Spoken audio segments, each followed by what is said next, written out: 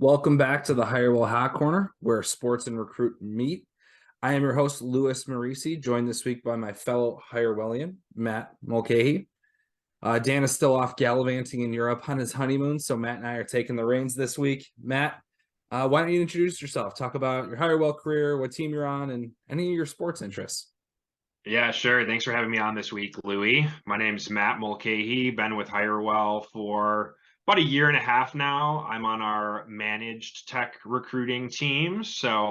Yeah, happy to be here. Happy to talk about some sports with you. Baseball starting, playoff hockey, playoff basketball. But you know, really, what we're here for is to talk about some Formula One racing. Love that. Love that. Not an area of my expertise. I think the previous mentioned sports are probably more my wheelhouse, but Yeah. let's talk about F1. Can you kind of Yeah. give us the overview and things like that? Sure, happy to give you some taste of motorsports on on this show and make a recruiting twist to it of why starting a new job can be hard and usually always is hard, and also why companies might want to hire an experienced candidate over an inexperienced candidate. Um, F1, we're three races into the season right now on a month-long break before the first of three US races. That first one's in Miami in May. And there's three rookie drivers in F1 this year. A lot has happened so far. So excited to dive in and tell you all about it. Nice, nice. Well, why don't we start there? So, again, on the Hirewell Hot Corner, we take sports and recruitment and kind of combine them. So let's talk about those rookies. There's, like you Yeah. mentioned, three rookies. So let's talk about how did they do? Have they shown any signs of inexperience? And then we'll relate that to kind of starting a new job. Sure, sure. So three rookie drivers, one on McLaren, one on Williams, and one on AlphaTauri. None of them are really front-running teams, so that's typically how it goes. A rookie driver kind of starts at a kind of a back marker team, and then they work their way up to the winning teams as they prove themselves. But definitely a rocky start for the three of them. um, you score points in Formula One by coming in the top 10. So, first race, one of the rookies crashed out and didn't finish, came in dead last. The other two also didn't finish in the top 10. In the second race, they all came in a row, 14th, 15th, and 16th. So, again, no points. But then in the most recent race in Australia, the Australian rookie, Oscar Piastri, he scored points for the first time. He came in eighth, but there were three giant crashes in that race and only 12 cars finished. So maybe a little bit of luck, maybe a little bit of, intrinsic motivation in front of your home crowd. But yeah, so there's been some signs of good things to come, but definitely tough for all those rookies in the first three races. Well, I can imagine. I mean, it's such a, to get to the top level of any sport is difficult, but I believe the numbers at this level are even tougher. So Yeah, starting there's only 20 people in the world that do it. So yeah, that's a small margin. That's a yeah. small margin. So, let's hope those rookies can take the next step. So let's talk about it from a recruiting standpoint. So, Sure. when you're starting a new role, there's things that, as recruiters, we can prepare things for. I guess what would be advice as us being recruiters to people starting new jobs? Like, what would you say is some best practices maybe they can use to be helpful? Sure. Well, from the recruiter perspective, when I'm working with a more junior candidates, you know, always want to coach them through the process of like leaving a job and starting a new one, right? And you want to prep them on kind of like the mindset to go in to that new job with. And then, it's our job as a recruiter to check in with them, first day, end of the first week, And then, every couple months you want to, keep that relationship with them, but you always also want to make sure that the role aligns with their expectations of what was shared with them throughout the interview process. No surprises, no red flags, that kind of thing. No, I totally agree. Sometimes candidates think, even after a short amount of time in the industry, that they might know it all.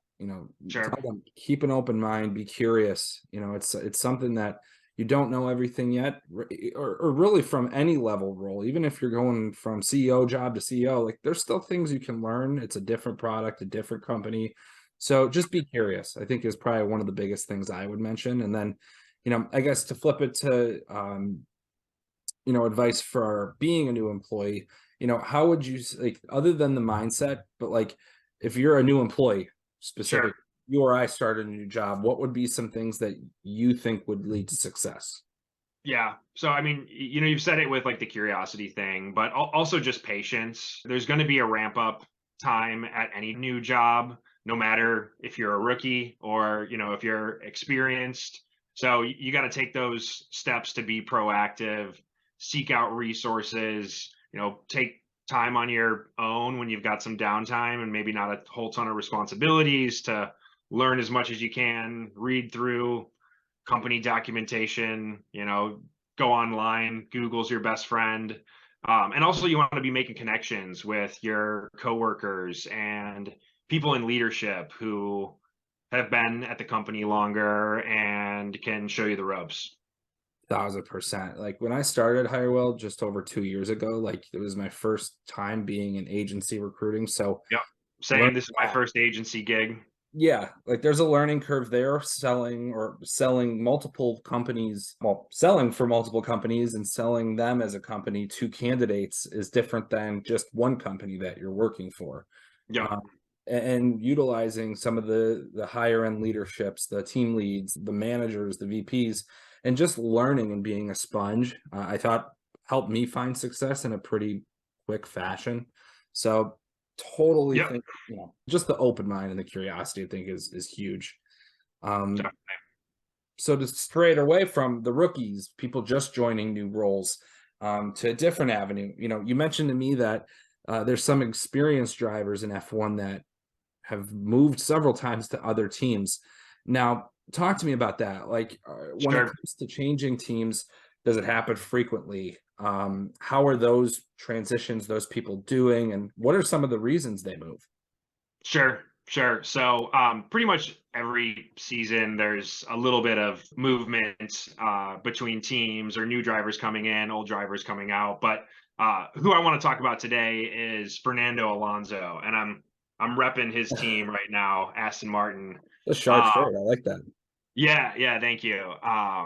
But yeah, so he is the oldest driver in Formula One. He's 41, which is old for a Formula One driver. He's on his second stint in the sport after taking a 2-year break, and he's already changed teams once since he's been back. So I think for like a total of 7 times throughout his career, but he's doing great. He's come in third place in all 3 of the races so far, and I think he's pretty happy there. It's kind of a surprise that Aston Martin is doing so well compared to last year, where they were kind of back to middle of the pack. But even coming in third, I think because he's late in his career, he's totally content in that spot, and knows that Aston Martin probably isn't going to win a whole ton of races, but that's fine with him. No. Yeah, I mean, it's just kind Mhm. of goes to be said, like, it's not always about pushing and pushing for better and better. Sometimes it is about just kind of locking in, enjoying where you're at, and really just using your expertise in an area where you feel really comfortable, not always Yeah, looking for the next step. So to kind of flip that to recruiting, you know, when it comes to hiring, whether you're hiring someone who can do the job, that's done the job or something similar, compared to someone who this role, the next role for them would be a step up from where they're currently at. sure. Talk to me about, from a company standpoint, what are the risks? and maybe just your opinion on how that works. Sure. My thoughts on that is not everyone wants to keep climbing the corporate ladder until they become CEO, right? Like people get to a certain point in their career where they're really good at what they do, they like what they're doing, they're getting paid a fair amount that affords their lifestyle, and that they're fine with that. Those kind of candidates are great hires, and probably would be less antsy for their next promotion, their next raise. They get up to speed quicker. They can handle more situations, can really hit the ground running. So I think a lot of companies get afraid that, like, okay, this person's got so much experience, they're going to be so expensive, or they're not going to be happy in this role. But that's not always the case. Yeah. People like what they like. Totally get that. And I mean, I guess it could even be said like it kind of changes by industry. Like being in sales, you know, being hungry and wanting to really take on more and prove your worth, I think probably speaks more to the rookie or the person who the next step would be an upgrade from what they're currently doing. Maybe it's a role they haven't had before, but they're going to attack it with curiosity, with no Sure. habits, whether they're good or bad, a little bit Sure. more motivables. But at the same time, there's going to be that learning curve compared Yep. to a more veteran person who could be more expensive, but has done the role. So probably less risk. I guess it really can be case by case how Sure. important this hire is. Now we know every hire is important, but at the same time, are there multiple VPs or is this the only one? Like, Yep. so there's things that need to be looked at. All right. Well, no, this is great. I think, touching on how F1, there's these racer or these drivers, sorry, racers. I don't know where That works too. that one and the same, but I think drivers definitely sounds better. Yeah. These drivers, it's about sometimes finding a better situation, and sometimes it's about just finding one that is very content. They're not pushing to be the leader, but top 3, top 5, and making good money doing it, and just kind of being where you're at. So with that, we like to do a segment called, to cap things off, called the 2-minute drill. Obviously, a play on NFL football. So talk to me. Let's wrap this up.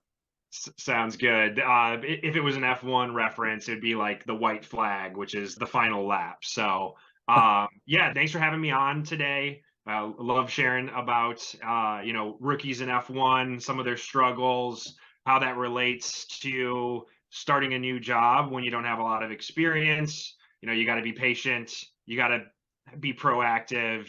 You got to seek out answers. And also just the whole experience versus inexperience hire. Sometimes going and finding someone more experienced could be more beneficial for you, even if you've got some preconceived notions about, those experienced people being unhappy in more of like an individual contributor type role, for example.